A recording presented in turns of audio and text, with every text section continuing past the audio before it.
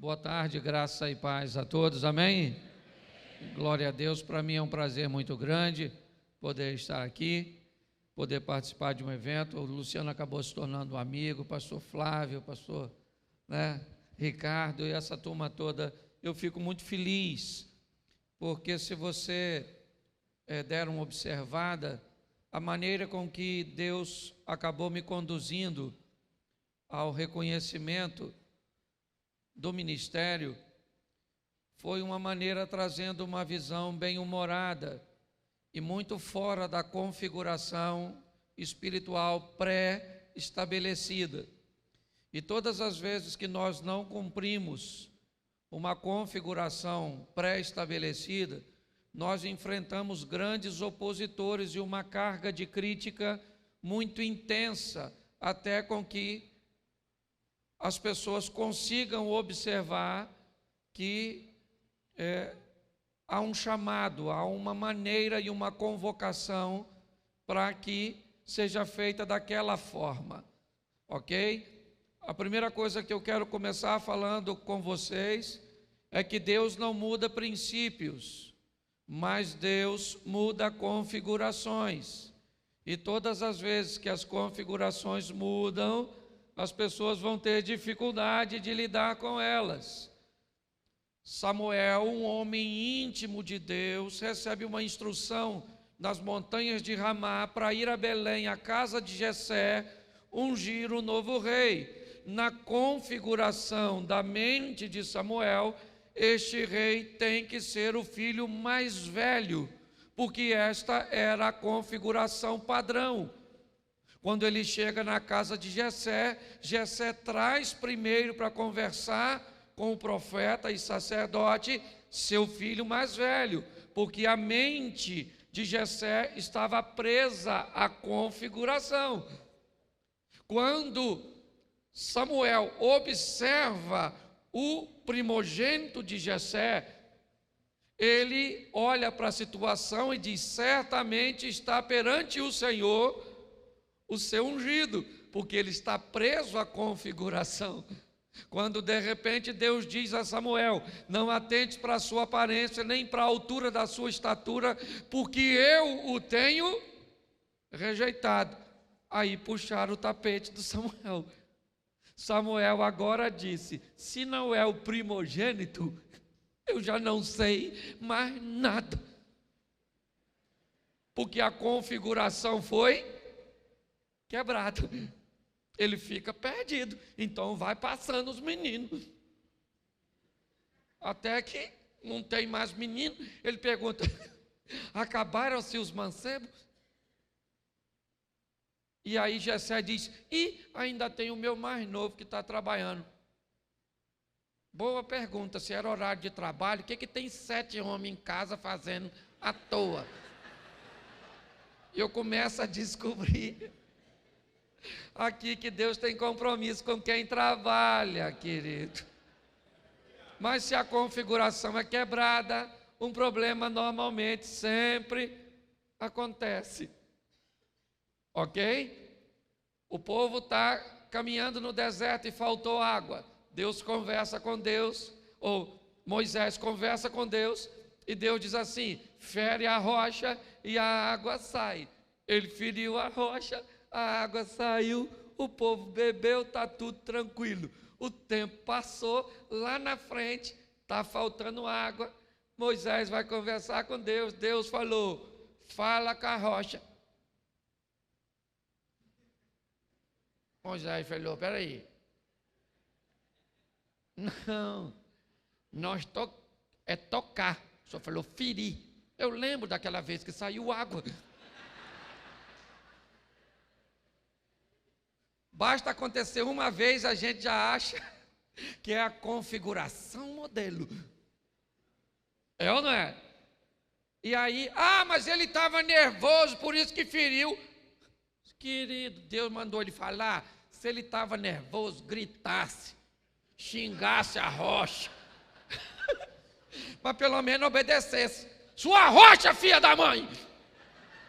Vai sair água agora, que eu já estou... Mas não é porque está nervoso que precisa desobedecer. Ele não desobedeceu porque estava nervoso. Ele enfrentou conflito porque uma configuração foi quebrada. É só por causa disso.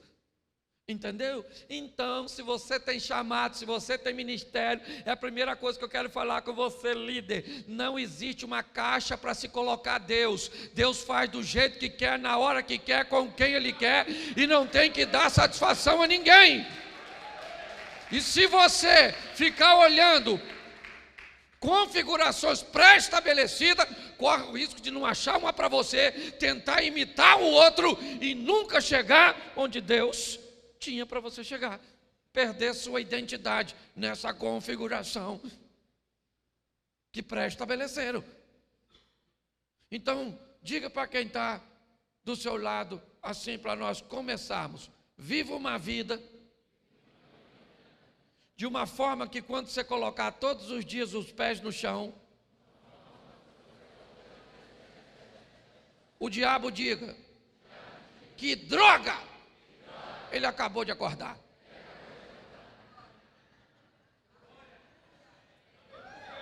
Se você conseguir viver uma vida que, quando você acordar, o diabo diz: vem essa peste me perturbar a vida, com certeza vai ser algo muito positivo. Eu quero conversar com vocês e pregar diante dessas turmas que prega aqui. É muito difícil, porque a gente prepara o texto e eles vão falando o que nós ia falar. Aí você fala: isso aí já falou, isso aí já falou, isso aí já falou. E olha que eu nem estava aqui todas as mensagens. Eu já fui em congresso que eu cheguei primeiro, no final eu falei: posso cantar um hino? Porque eu já não tenho mais o que falar nesse ambiente. Então, gente, faz aproximadamente 3 anos e meio que eu assumi uma igreja. Já tinha sido pastor durante 1 ano numa igreja batista, mas há 3 anos e meio surgiu um projeto no meu coração. Um projeto que me tirou um bom tempo da itinerância e me colocou numa igreja local. E foi muito bom. Primeiro porque eu descobri quanto custava uma oferta para um itinerante, mas também aprendi quanto custa uma oferta para um pastor e para uma igreja. Aprendi que o itinerante, ele prega, vira as costas e vai embora. O pastor prega e fica lá, e no dia seguinte ele descobre pelo comportamento de algumas ovelhas que parece que elas faltaram o culto quando ele pregou sobre aquele tema. Então eu tenho descoberto que liderar é um negócio muito difícil, mas é muito prazeroso, dá uma satisfação muito grande. Mas você tem que ter o seu coração, e isso a gente gosta de pregar para os outros: de tudo aquilo que se deve guardar, em primeiro lugar guarda o seu. Nós somos expert em falar isso para os outros, só que a gente tem que ter uma conversa com aquela pessoa que é o maior inimigo nosso, aquela que aparece para a gente todo dia de manhã, quando nós vamos escovar os dentes no espelho. Aquele ali é seu maior inimigo, você mesmo. Olha e fala: sou sem vergonha, você está querendo atrapalhar a minha vida. Então, viver essa dinâmica, e quando olhamos, eu quero trabalhar alguns momentos de alguns líderes e algumas coisas aqui que eu acho que pode fazer grande diferença, né? Como o pastor Flávio estava falando, nessa caminhada, onde nós não podemos nos dar o luxo de esmorecer, onde teremos atritos, onde iremos enfrentar problemas com pessoas que caminham conosco, e muitas vezes elas farão parte apenas de um momento ou de uma etapa da nossa história, mas independente de tudo isso, estamos por uma causa muito maior do que nós, amém? A causa do Senhor. Então, eu preciso que você abra a sua Bíblia em Juízes, capítulo 6, um homem que está sendo chamado para uma liderança, e nós vamos aqui ao primeiro ponto, Juízes 6, 11. Amém? Amém? Então o anjo do Senhor veio e assentou-se debaixo do carvalho que está em Ofra, que pertencia a Joás, o Abirezita. E Gideão, seu filho, estava fazendo o quê? Estava fazendo o quê? Malhando o trigo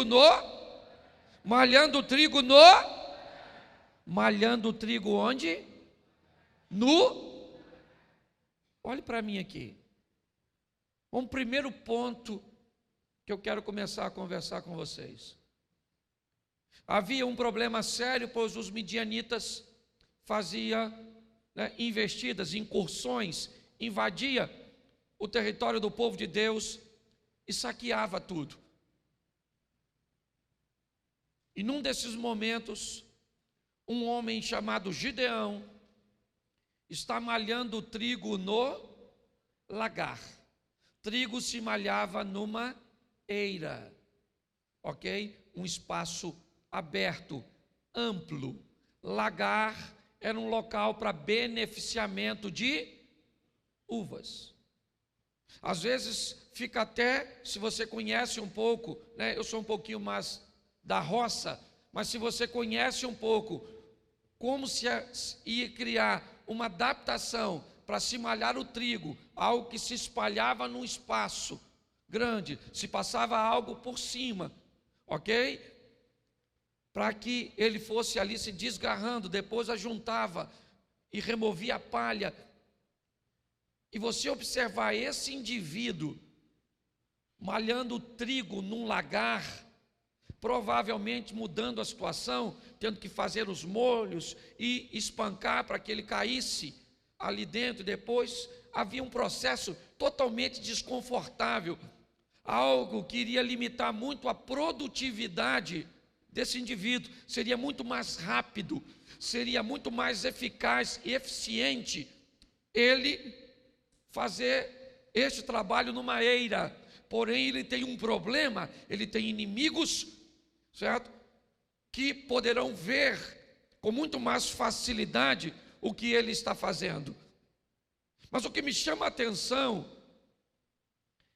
é que o que Gideão precisava para malhar o trigo era uma eira. E ele não tem uma eira para malhar o trigo por alguns problemas.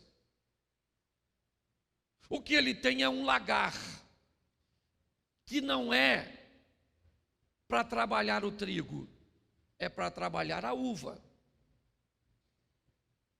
Bom,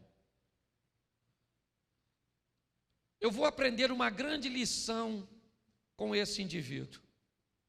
Para malhar o trigo, ele precisava de quê? Me ajude aí. De uma? Ele tem uma eira. O que ele tem é um? O ideal para ele seria o quê? Mas a realidade dele diz que ele tem um quê? Se você deseja ser um grande líder, vai ter que aprender que nem sempre terá o ideal em suas mãos, e sim uma realidade para ser administrada. Muitas vezes você vai olhar para a gente que tem um lagar e está produzindo, e está explodindo, e está fazendo, e o que você tem é uma eira. Ele tem uma eira, o que você tem é um lagar. O lagar é pequeno, é apertado, é desconfortável, é meio confuso, tem que haver uma adaptação, mas é o que eu tenho. Eu posso dizer, já que eu não tenho uma eira, também não vou fazer nada. Porque tem gente que acha que o ideal sempre vem. Não, querido, você tem que aprender a trabalhar a sua realidade para alcançar seu ideal. Nem sempre as pessoas se frustram, seu coração fica, por quê? Porque ela tem o hábito de ficar olhando a realidade dos outros. A dos outros é dele, meu filho. A sua realidade é dura, ela é feia, ela é esquisita, mas ela é sua. Quantas vezes eu tinha um Corsa que se apaixonou por reboque, um carrinho, um Corsinha. Ele não podia ver um reboque e ele parava. Uma vez ele parou em São José dos Campos, eu mandei rebocar para Taubaté, que eu tinha um amigo. Parou na porta, desceu, liberei o reboque, o mecânico veio. Pastor, eu falei, esse carro parou. Ele falou, o que é? Eu falei, eu não sei. Ele enfiou a chave, o bicho não pegou. Ele falou, o que ele tem? Eu falei, vontade de andar de reboque, só pode ser. Porque ele não estava pegando, andou de reboque. E muitas vezes eu ia em eventos onde os caras iam com carrões, e eu parava meu carro longe. Era a minha realidade, mas eu não queria que ninguém visse.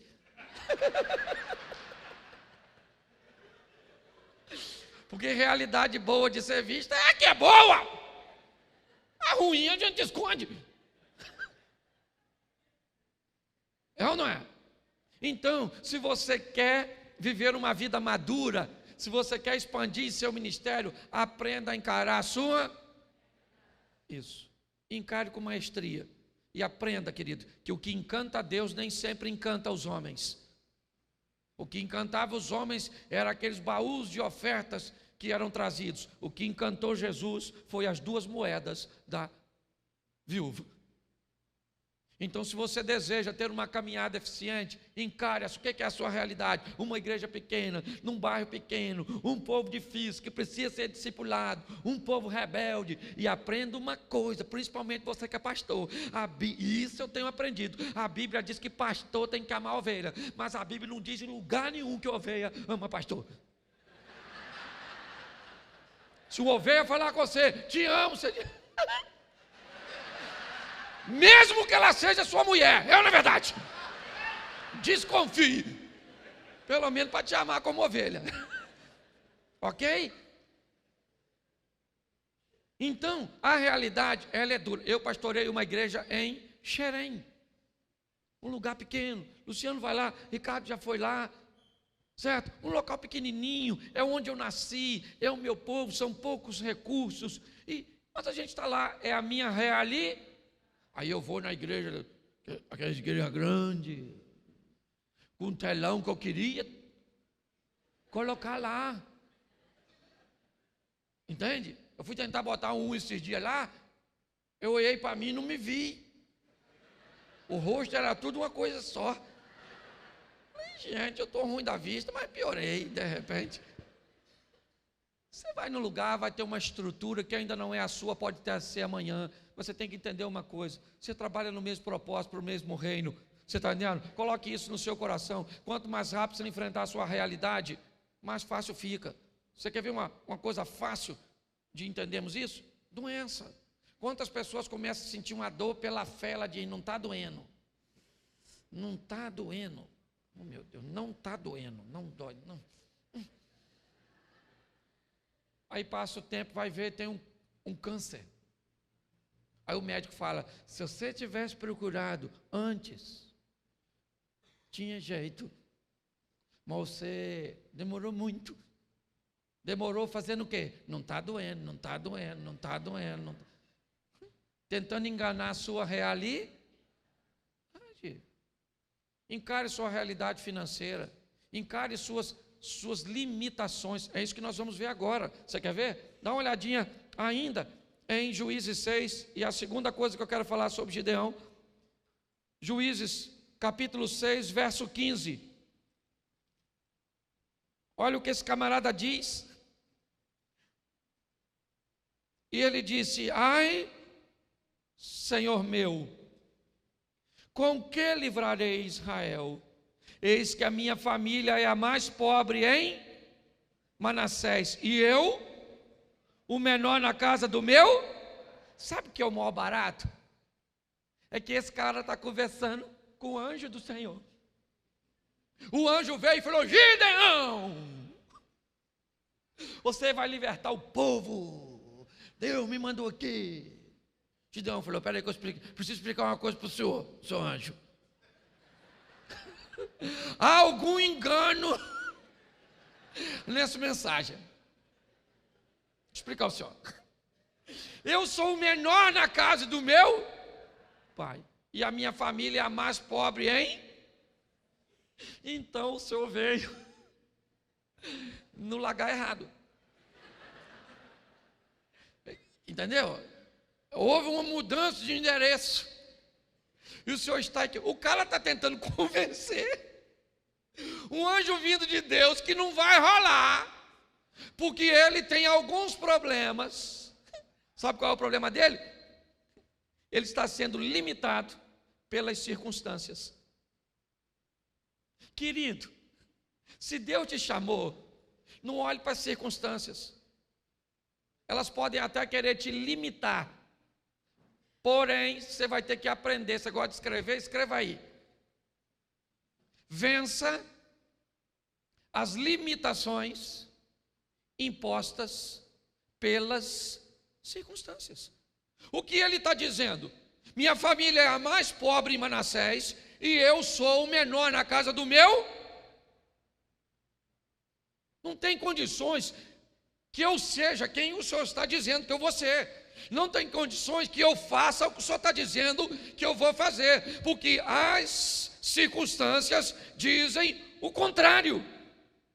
Se nós não vencermos as limitações, vamos ter problema. Só que sabe qual é o problema? É que as limitações costumam ser resolvidas por pessoas. Quando eu sou fraco em alguma área, e Deus tem uma obra para fazer comigo naquela área, e eu sou fraco, mas eu sou o líder, o que Deus faz? Pega alguém que é bom naquilo que eu sou fraco em fazer, e traz para perto de mim. Qual é o grande problema? É que como aquela pessoa se destaca mais numa área que eu sou fraco, louvor, ensino, ação social, uma série de coisas, ou ministração de palavra,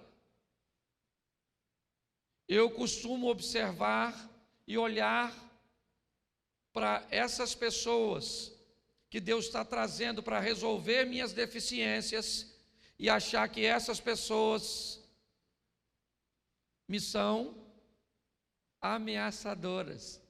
E eu começo a perseguir e tentar derrubar quem Deus colocou do meu lado para me ajudar. Ou seja, eu começo a criar um sistema, certo? Destrutivo, autodestrutivo dentro do meu próprio ministério. Você tem que ser maduro e entender, há limitações impostas pelas circunstâncias. E fique de olho, porque Deus vai mandar pessoas para suprir as nossas deficiências, porque a obra dele precisa andar. Um grande problema hoje, já em menor intensidade, mas enfrentado por grandes líderes, foram não saber lidar com pessoas que se destacariam no seu ministério de uma forma muito mais intensa do que ele mesmo. Esses dias, nesses 3 anos e pouco, eu tenho recebido algumas lições. Veio um pastor para o meu ministério e eu coloquei ele, eu sou itinerante ainda, então eu não tenho tempo de visitar. O que eu fiz? Botei esse camarada para fazer as visitas. Acabava o culto, às vezes, eu ia cumprimentar algumas pessoas, ele do meu lado, as pessoas vinham e me diziam, e aí pastor, tudo certinho? Graça e paz. Eu, graça e paz. Ia para ele e dizia, pastorzão, tá tudo certo amanhã, né? O café é lá em casa. Ó, e quarta-feira, ele não morava lá perto, ó, quarta-feira, antes de eu vir para o culto, vem para almoçar. Eu olhei.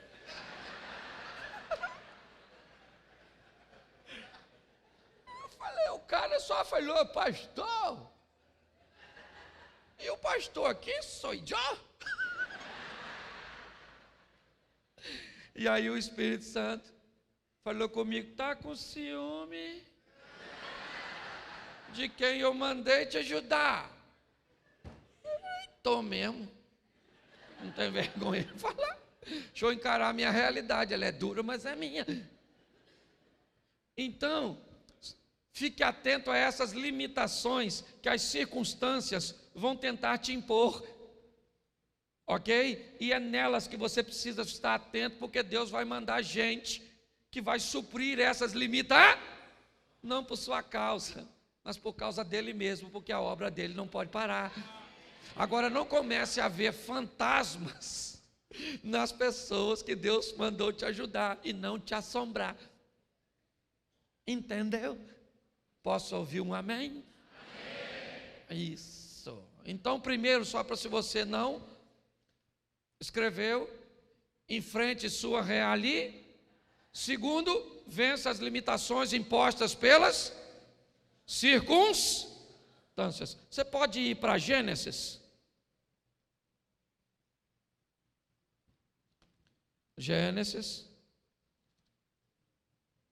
capítulo de número 39.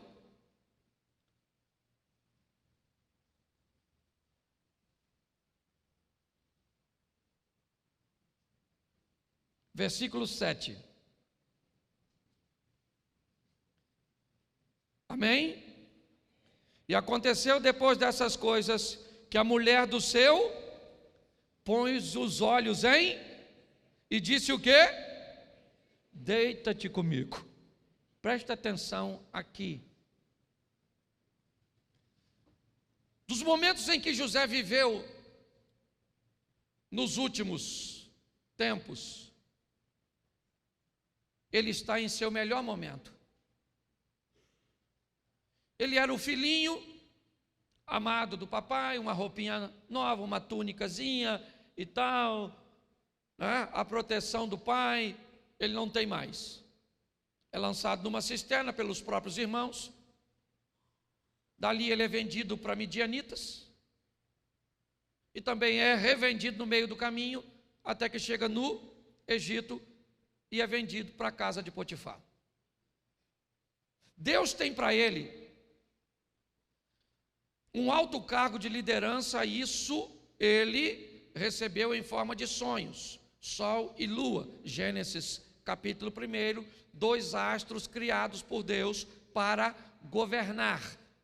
Na interpretação ou tentativa de interpretação de Jacó, ele cria um equívoco ao dizer: eu e sua mãe e seus irmãos vamos nos curvar diante de ti. Isso nunca vai acontecer, porque Raquel vai morrer no meio do caminho. Quando ele diz: eu vejo sol e lua se curvando diante de mim, ele está dizendo, né? Deus está dizendo para ele: você está sonhando com astros que eu criei para governar, porque é para o governo que eu vou te levar. Ok? Agora ele está na casa de Potifar e é o principal funcionário, o governador de todas as coisas, o mordomo mor, aquele que governa tudo. Com certeza, esse é um dos momentos cruciais no ministério de José. Por quê? Porque é um local muito bom. E o bom é um dos ambientes mais perigosos que podemos estar, pois o bom nos expõe ao conforto, e o conforto nos traz o desejo de não sair de lá.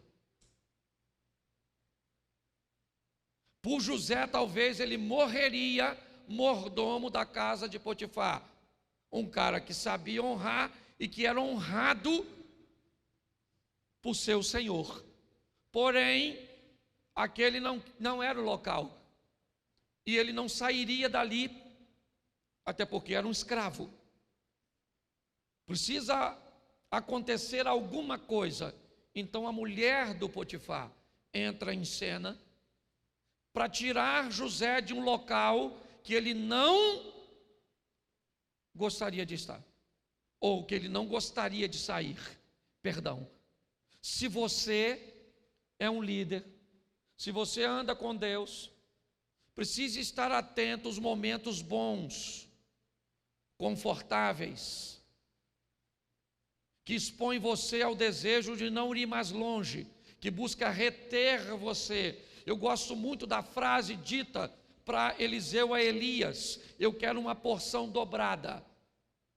Me parece que na leitura de Eliseu ao seu líder, ele olhou para Elias e disse: esse camarada poderia ter feito muito mais coisas do que fez, seu potencial poderia o ter levado muito mais longe. Nós vamos falar dele aqui um pouquinho à frente, mas Eliseu olhou e disse: eu quero ir além. Cuidado com o bom, cuidado com o confortável. Ele impede você de viver o sensacional, ele impede você de viver o sobrenatural. Quando o bom chegar, fique incomodado. Pastor, o senhor está querendo dizer que eu devo ser um eterno insaciável no que diz respeito à graça e à manifestação do Espírito na sua vida? O seja. Ok? Muitos, eu não vou falar disso aqui hoje, mas muitos casamentos enfrentam crises em momentos bons. Estava bom e veio uma crise. Por quê? A crise quer acabar com o casamento? Não, ela quer levar o casamento para outro estágio, porque aquele bom está na hora de ser sensacional. O problema é a maneira que as pessoas enxergam. José não queria sair da casa de Potifar, é lógico que ele não quer. Então Deus diz: eu vou te tirar daí, até porque a casa de Potifar representa o estágio do primeiro momento do governo de José. Ele vai para a casa de Potifar para aprender a administrar recursos, ok? Que na casa de Potifar são abundantes. Acabou aquele período, a mulher entra em cena e leva José para a prisão. A prisão era o local que José não gostaria de estar. Você não gosta nem de falar, né? José gostaria de estar na prisão. Se dependesse dele, ele estava lá? Sim ou não? Mas lá tem duas coisas. Primeiro, o estágio para aprender a administrar, pouca coisa. O segundo momento de seu governo. E segundo, naquela prisão estava a presença do camarada que ia apresentar ele ao faraó. Pastor, o que você quer dizer? Que às vezes Deus vai te levar para um lugar muito ruim, para você conhecer alguém que vai levar você para um estágio muito melhor do que você estava antes. Você consegue entender isso? Ok? É na prisão que ele conhece o cara que vai apresentar ele. Mas ele não queria, porque ele queria continuar no bom. Às vezes vai durante a sua caminhada. Gente, nesses 3 anos eu tenho aprendido. Nós tivemos um boom inicial, uma igreja lotada. Eu falei, glória a Deus. Isso. Também tinha 250 lugares, fácil de encher, né? Tinha tudo. De repente, o pessoal começou a não ir mais. Falei, gente, diminuiu a frequência.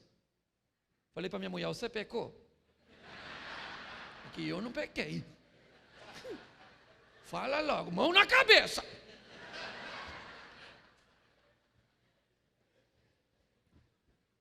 E olha que diminuiu o número de pessoas e aumentou o número de carro. Eu comecei a ter um grupo menor, mas que vinha de 10, 15 quilômetros, lá depois do pedágio, Luciano, ali. E aí os vizinhos começaram a reclamar. Arando na minha porta, aquela coisa toda, e vinha, vou dar tiro nos pneus. Rio de Janeiro, tem bairro lá que os passarinhos pararam de voar. Eles estão cortando caminho agora, assim, parece migração, assim, ó. É rocinha, ali não passa não, na verdade, complexo do alemão. Os vizinhos começaram a reclamar. Eu falei, quer saber de uma coisa? Está na hora da gente sair daqui. Me aparece um local para mais ou menos 700 pessoas sentadas. Estava para pagar o aluguel. Falei, vamos para lá. O de 250 tinha enchido e esvaziado. Vai eu arrumar um lugar de 700, porque tinha facilidade de botar carro. Moral da história, se passou 1 ano. No local de 700 pessoas, no domingo, eu estou fazendo 2 cultos. Ele sabe, conhece lá. Você está entendendo? Olha só, o que aconteceu? Se depender de mim, eu estava lá no dia 250 ainda. Quietinho. Mas aí o pessoal saiu, eu fiquei desconfortável, o pessoal começou a me perseguir, por causa dos carros parando na frente dos outros. Aí eu alugo outro troço, e aí eu descobri que aquela dificuldade foi apenas para me levar para outro nível da minha vida, do meu ministério. Você está entendendo? José não gostaria de estar na prisão, mas lá na prisão ele conheceu o copeiro. E ele estava cansado, José, porque às vezes nós estamos, né? Muito cansado. E ele estava tão cansado que ele falou com o copeiro na hora assim: fala lá para o faraó que eu não sou tarado, não. Eu agarrei aquela maluca não, rapaz. Era maneira, mas não agarrei não, Não que eu não tinha vontade, mas que eu tinha princípio, não agarrei aquela maluca não.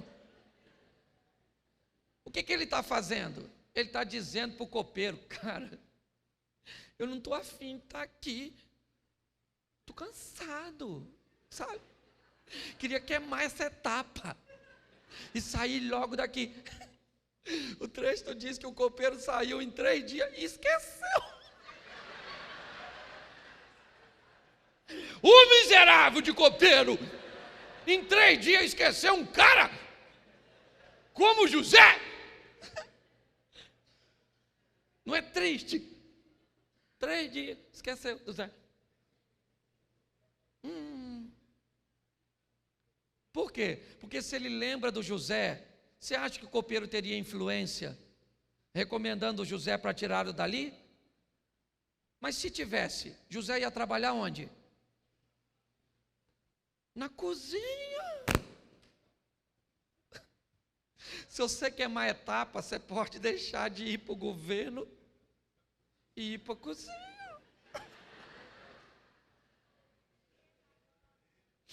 Mas isso define que ele estava cansado. Pois é, o copeiro esqueceu do Zé. 1 ano depois, um ano, o cara esqueceu em 3 dias. 365 dias se passaram. O faraó sonhou com a vaca magrela canibal que comia as outras. Umas espigas que também comia, não sei como é que espiga come a outra. Os caras sonhou com um desenho animado, não é verdade? E quando o faraó falou, o que o copeiro falou? O Zé, maluco! Caraca! Tinha que te lembrar. Caraca, como é que eu fui esquecer do Zé, gente? Mas antes tarde do que nunca. Mandaram chamar o Zé.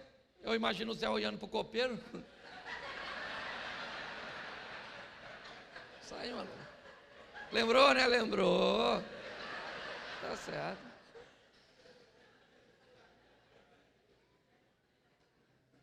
É ou não é? E agora,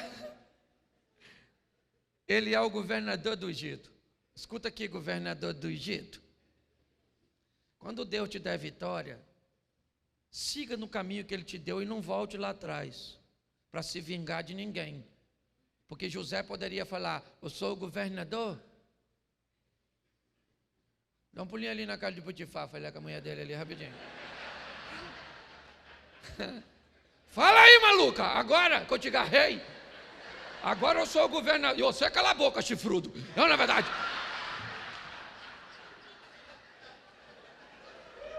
Diga para quem está do teu lado, quando Deus realizar o propósito, esqueça o processo e viva a sua vitória.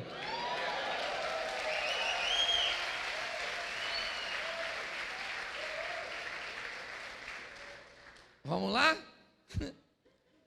Mais 2 só que eu estou terminando também aqui, que abre um troço aqui quando nós passa do horário. E nós é abduzido do ambiente.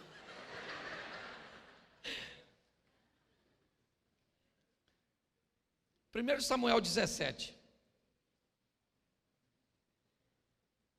1 Samuel, capítulo 17.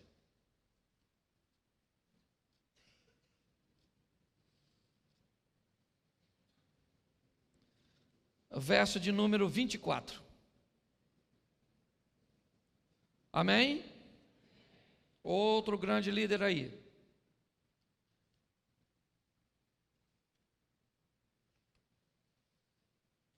Porém, todos os homens vendo aquele, fugiam de diante dele e o temiam grandemente. E diziam os homens de Israel: viste aquele homem que subiu?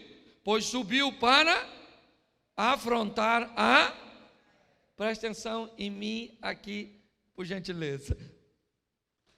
Talvez um dos personagens mais citados na Bíblia, Davi. E é bem legal a situação desse moço, mas é importante observarmos o caminho que ele percorreu para chegar onde chegou. Normalmente temos tendências a ignorar o caminho, a ignorar a história e observar apenas um momento. Eu já cansei de ouvir pessoas dizerem: Cláudio, seu ministério aconteceu tão rápido. E eu disse: é verdade, foram apenas 14 anos. Eu fiquei 14 anos, certo? Numa igreja, pregando, ensinando, trabalhando, certo? E não trabalhava em tempo integral, então eu era motorista numa empresa, trabalhava o dia todo, de 6 da manhã às 18 horas, eu trabalhava 12 horas por dia, certo? E depois ia para a igreja, chegava em casa muitas vezes 23h30, para no dia seguinte, 5h30 da manhã, estar de pé, e assim foi durante 14 anos. Até então começar a pregar na igreja local, começar a pregar em alguns congressos onde estava, no Rio de Janeiro, no Sudeste, e receber o reconhecimento. Quando nós olhamos Davi matar um gigante, é muito legal. Foi o gigante que o tornou um herói de guerra, um herói nacional, respeitado, ovacionado. É verdade. Mas ele não começou sua história matando gigantes. Provavelmente o primeiro animal que Davi matou foi uma ovelha, cuja qual ele era pastor. E utilizava dela para alimentar sua família. Provavelmente o segundo inimigo ou animal que pelo menos ele não matou, eu não posso afirmar isso, mas ele deve ter enfrentado ao longo da sua jornada, foi o maior inimigo da ovelha, o lobo. Aí ele então narra para Saul, talvez por ser os dois inimigos que ele enfrentou mais expressivos. Ele diz: eu matei um leão e um urso. Mas ele não chegou no cenário bíblico matando o gigante. Ele percorreu um caminho que provavelmente passou pela ovelha, passou pelo lobo, passou pelo urso, passou pelo leão e chegou ao gigante. Grandes homens, e eu estou generalizando aqui, grandes homens, eles não nascem grandes, eles crescem. É assim que as coisas funcionam. Pare de olhar para o momento que o seu pastor está vivendo, que um pastor amigo seu está vivendo, e descubra um pouco da história dessa pessoa.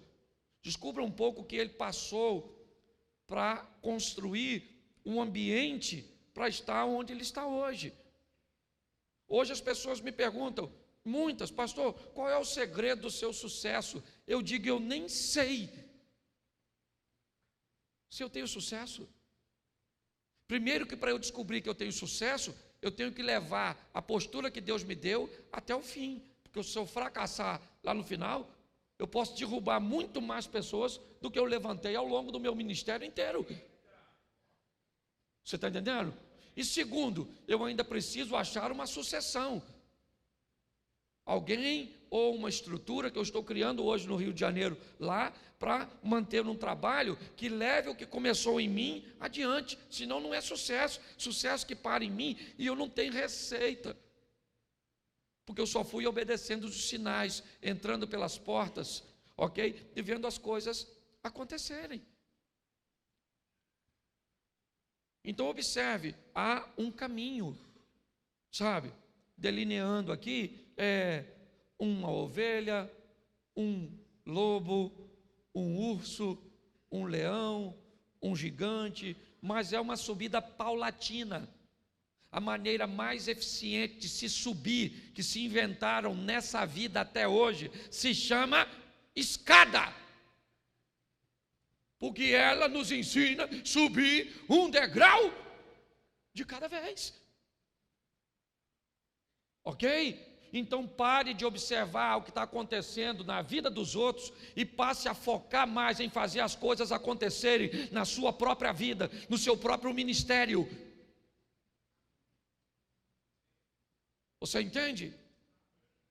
Davi fez uma coisa aqui sensacional que eu brinco. Quando alguém fala para ele e o gigante chega lá gritando, quero um homem. Davi falou assim: quem é esse incircunciso? Gente, o texto diz: todos os homens de Israel, quando olhavam para o gigante, Davi olhou para quem quando viu o gigante? Para ele mesmo. E pior, para onde dele? Onde estava a circuncisão. Ele olhou para o gigante, olhou. E falou: rapaz, esse cara é grande, mas eu tenho um negócio em mim aqui que diz que Deus é comigo, eu estou marcado, eu tenho uma aliança, e eu vou. Pare de ficar olhando, tá, nossa, o gigante. Gente, quando você ouvir a palavra gigante, já saiba que é grande. Não precisa nem olhar. Porém, há alguém maior conosco do que o que está com ele. Davi disse: você vem a mim com espada, escudo, lança e outras indumentárias mais. Eu vou contra você em nome do Senhor dos... E o burro do Golias, o jumento, ainda amaldiçoa Davi por todos os deuses dele. Quando ele amaldiçoou, Davi falou: se ferrou. Eu sou descendente de Abraão. E Deus falou: vou abençoar, que te abençoar, vou te amaldiçoar. E o mais engraçado é que Davi foi ungido para matar gigante, sim ou não? Para ser rei. Não foi para matar gigante. Nem sei se Deus queria que ele matasse. Eu imagino Deus falando com o anjo quando Davi falou: eu vou encarar, ou mato você, rapaz. Interessado no prêmio, que ele não ganhou. Ele não casou com a filha do rei, casou com a Mical, mas não era Mical, era Merabe, que Saul deu para outro. Ele teve que ir lá pegar os prepúcios do filisteu. E quando ele disse, olha só, quando Saul disse: fala com Davi que eu quero dar Mical, porque Mical gosta dele. Ele falou: eu não posso ser genro do rei, porque eu não tenho dinheiro para pagar dote, eu sou pobre. Se ele não tinha casado, não ganhou a filha.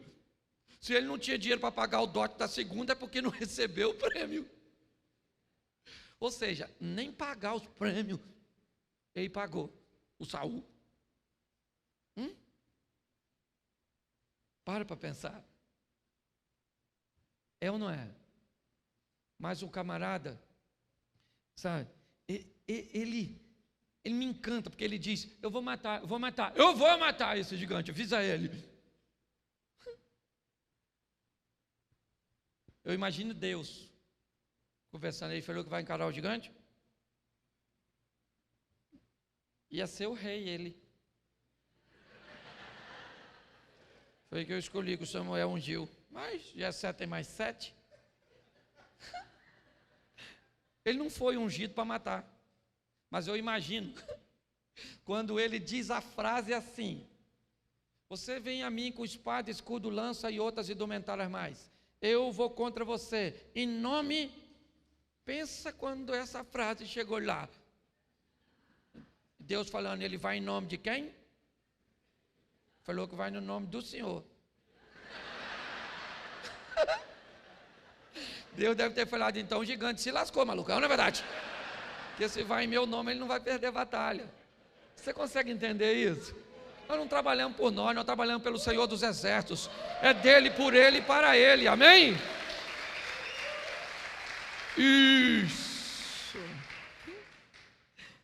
Isso aqui é um alerta bem legal, dá um pulinho em Juízes 14:5. Amém? Desceu, pois, Sansão com seu pai e sua mãe em Timna, e chegando às vinhas de Timna, eis que um leão, ou filho de um leão, bramando, saiu-lhe ao encontro. Preste atenção, porque isso aqui é joia. Ele é um nazireu, um privilégio que não era apenas dele. E como nazireu, uma das coisas que lhe eram proibidas era lhe aproximar de um cadáver. Um leão vem na direção de Sansão e ele mata o leão. Quando ele matou o leão, ele quebrou. Ele está perto de um cadáver. Foi involuntário? Foi. Foi legítima defesa? Foi. Mas o cadáver está ali. Se está ali, ele vai ter que passar por um processo de purificação, o qual ele não quer passar. Ele não conta a seu pai e a sua mãe. Está tudo certo. Ele não disse que matou um leão. Aparentemente, ele venceu o leão. Quem não gosta de ser corrigido nas coisas pequenas, vai ter sérios problemas lá na frente. Porque ele poderia alegar ao pai, eu estou aqui perto do leão porque eu matei. Eu não tinha, ele partiu para cima de mim, o Espírito do Senhor me fortaleceu, eu matei ele. O texto mesmo diz, ele só mata porque o Espírito do Senhor se apoderou dele. Aliás, eu ainda não achei. Se depois você souber, me diga onde é que está escrito que a força de Sansão estava no cabelo. Eu confesso que eu não vi. Ele veio de uma série de erros que exatamente no cabelo me parece que Deus diz, agora basta, eu não vou tolerar mais. O texto é, quando ele vai matar, pegar o portão e botar nas costas, o texto diz, o Espírito do Senhor se apoderou de Sansão. Quando ele vai matar o leão, o Espírito do Senhor se apoderou dele. Todas as vezes que ele vai fazer alguma coisa, o Espírito do Senhor se apoderou dele. E o texto ainda é claro, diz, quando ele está de cabeça raspada, ele levanta e diz, sairei como das outras vezes saí e derrotarei. Aí o texto termina dizendo, o que ele não sabia é que o Espírito do Senhor se havia retirado dele. Sansão só fazia o que fazia, não é por causa do cabelo, era por causa de Deus. Deus era o responsável de tudo isso. E agora ele venceu o leão, venceu temporariamente, porque o leão não vai se dar por vencido. Se o leão não destruiu a sua vida com sua força, vai destruir pelo doce do que agora ele contém nele. Você entende? Da primeira vez o leão vem até ele, mas como ele não resolveu o problema, ele teve saudade de ver o leão. Ele vai até o leão agora, e na ossada do leão tem mel, porque o diabo costuma botar mel na ossada, costuma botar doce nas coisas que ele sabe que tem potência para nos desroubar. Fique atento aos mels que podem aparecer nas ossadas. Ele agora vai lá e tira, come, leva para seus e não diz o que fez. Queridos, vamos ter cuidado com essa doçura que muitas vezes nos atrai. Um homem tão forte, tão cheio de Deus. Ah, pastor, tinha, mas era o processo. O texto diz que havia um problema que Deus queria resolver e usar Sansão. Não precisava ser dessa maneira. Não precisava. Podia ter sido de outra forma. O fim desse camarada só foi desse jeito, porque ele resolveu tomar decisões erradas. Então, cuidado com as coisas doces em lugares proibidos, pois elas podem destruir. E vamos terminar agora. Eu não vou nem pedir você para abrir, não. Vou terminar aqui, não quis botar. Eu tenho 5 minutos aqui. Preste atenção. Esse grande homem, Elias, Acabe vem de uma gestão bem deteriorada, um casamento perturbado, e Deus vai até Elias, e poderia ir de uma maneira muito mais tranquila. Vai lá e diga a Acabe que eu estou mandando você dizer que enquanto eu não falar que não chove, não chove. Só que não é assim. Elias vai a Acabe e diz: conforme a minha palavra, assim diz o Senhor, conforme a minha palavra, não cai uma gota d'água nas terras que você administra. Elias fica por ali, a chuva não vem, provavelmente instruído pelos sacerdotes de Baal. Eles dizem a Acabe que a melhor maneira de quebrar esta palavra é matar o profeta. E Deus diz para o profeta que está obedecendo ele: foge. Que palhaçada é essa? Então eu estou obedecendo a Deus, estou sendo perseguido por um dissimulado pecador como Acabe, e Deus vira para o fiel e diz: foge. Foge e vai para o ribeiro de Querite, porque eu dei ordem aos anjos, eu dei ordem aos corvos para que ali te sustentem. Deus está dizendo, escute o que Ele está dizendo aqui: para sustentar minha obra, meu povo e meus líderes, eu não preciso de ninguém, eu sou autossuficiente. Eu converso com o corvo, eu abro porta onde não tem porta, eu crio recurso onde não tem recurso, mas vai acontecer. Ele vai para o ribeiro de Querite e começa a viver ali no milagre. A água seca, por quê? Porque Acabe está chegando ali, e Deus diz: vai para Serepta, que pertence a Sidom, fora dos termos administrativos de Acabe, porque eu arrumei uma viúva para cuidar de tu. Elias vai para Serepta, provavelmente idealizando uma viúva de um desembargador, né, com uma pensão fantástica, e ele chega lá, uma mulher catando uns gravetinhos,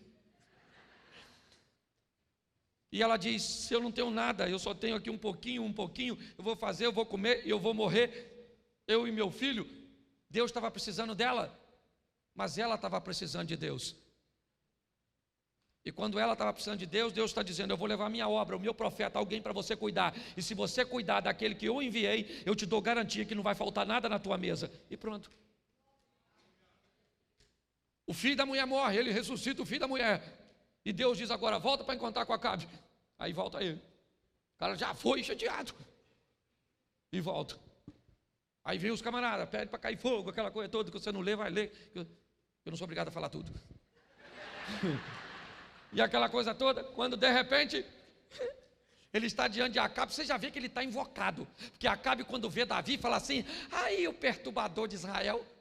Acabe falou: perturbador é teu pai e a tua mãe. Não mexe comigo não, não falou assim, falou seus pais, mas era a mesma coisa. É ou não é? Agora vai para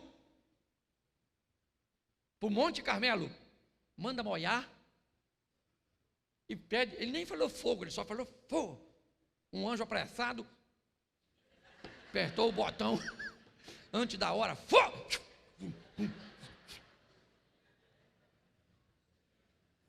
Acabe, pensa num cara, um Zé Ruela. Meu DVD, um homem banana, uma mulher abacaxi, é dele. Ele vai para casa e falou: Jezabel,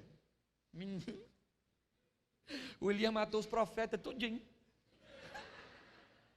Jezabel falou: matou? Avisa ele que amanhã, essa hora, Ele está morto.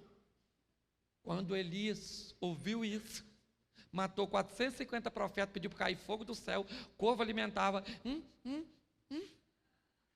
Ele falou: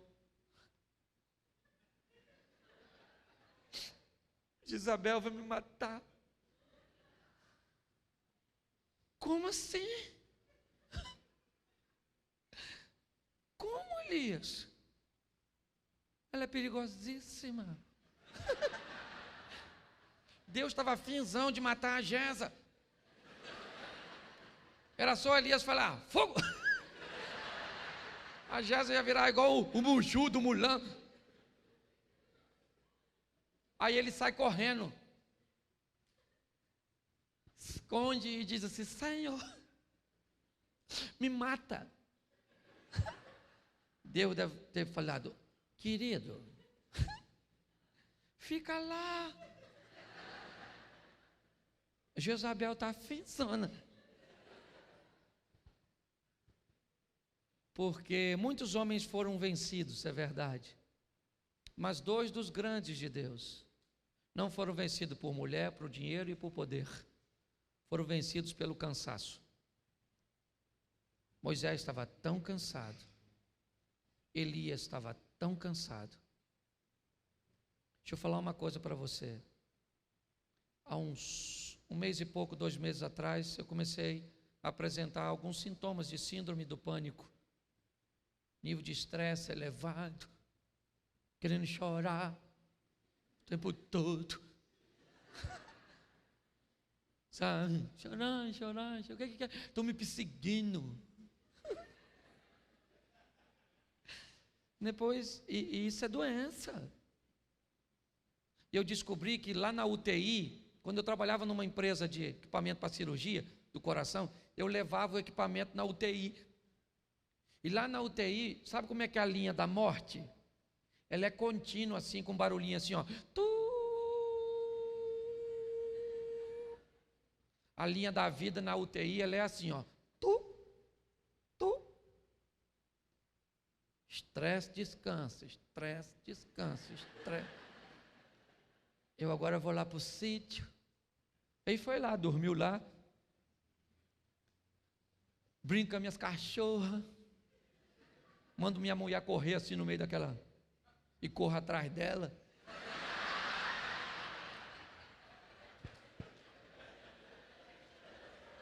Eu parei de brincar porque ela corre mais que eu nunca pego. Mas deixa eu te falar. Se você se matar pelo ministério, Deus bem bota outro no seu lugar. Elias falou: quero morrer. Deus falou: dá um pulinho lá e unge Eliseu, filho de Abel, o meu lar, no seu lugar, e canta para subir que eu já estou te recolhendo. Você pode ficar de pé? Repita comigo assim: ao que vencer. Isso aí, não tem prêmio para quem empatar. Ao que empatar vai receber um nome. E só para deixar registrado, por gentileza, eu também sou flamenguista. Saudações. Feche seus olhos, para fechar que ninguém vai pegar nada seu não. O único carioca que tem aqui sou eu, né? Isso, fecha. Tem 2. Tá, tu também? Isso. Então você já viu que o comando vermelho está tudo aqui em cima. Feche seus olhos. Pai, com a mesma alegria que estamos em todos esses momentos, mas sem desprezar nem nos afastar da espiritualidade. Somos teus servos e estamos engajados nessa obra. Precisamos de ti, ó Pai, mas sabemos que para te ter nos basta apenas nos afastarmos do pecado e buscar uma vida de santidade. O Senhor não se afasta de nós, somos nós que nos afastamos do Senhor.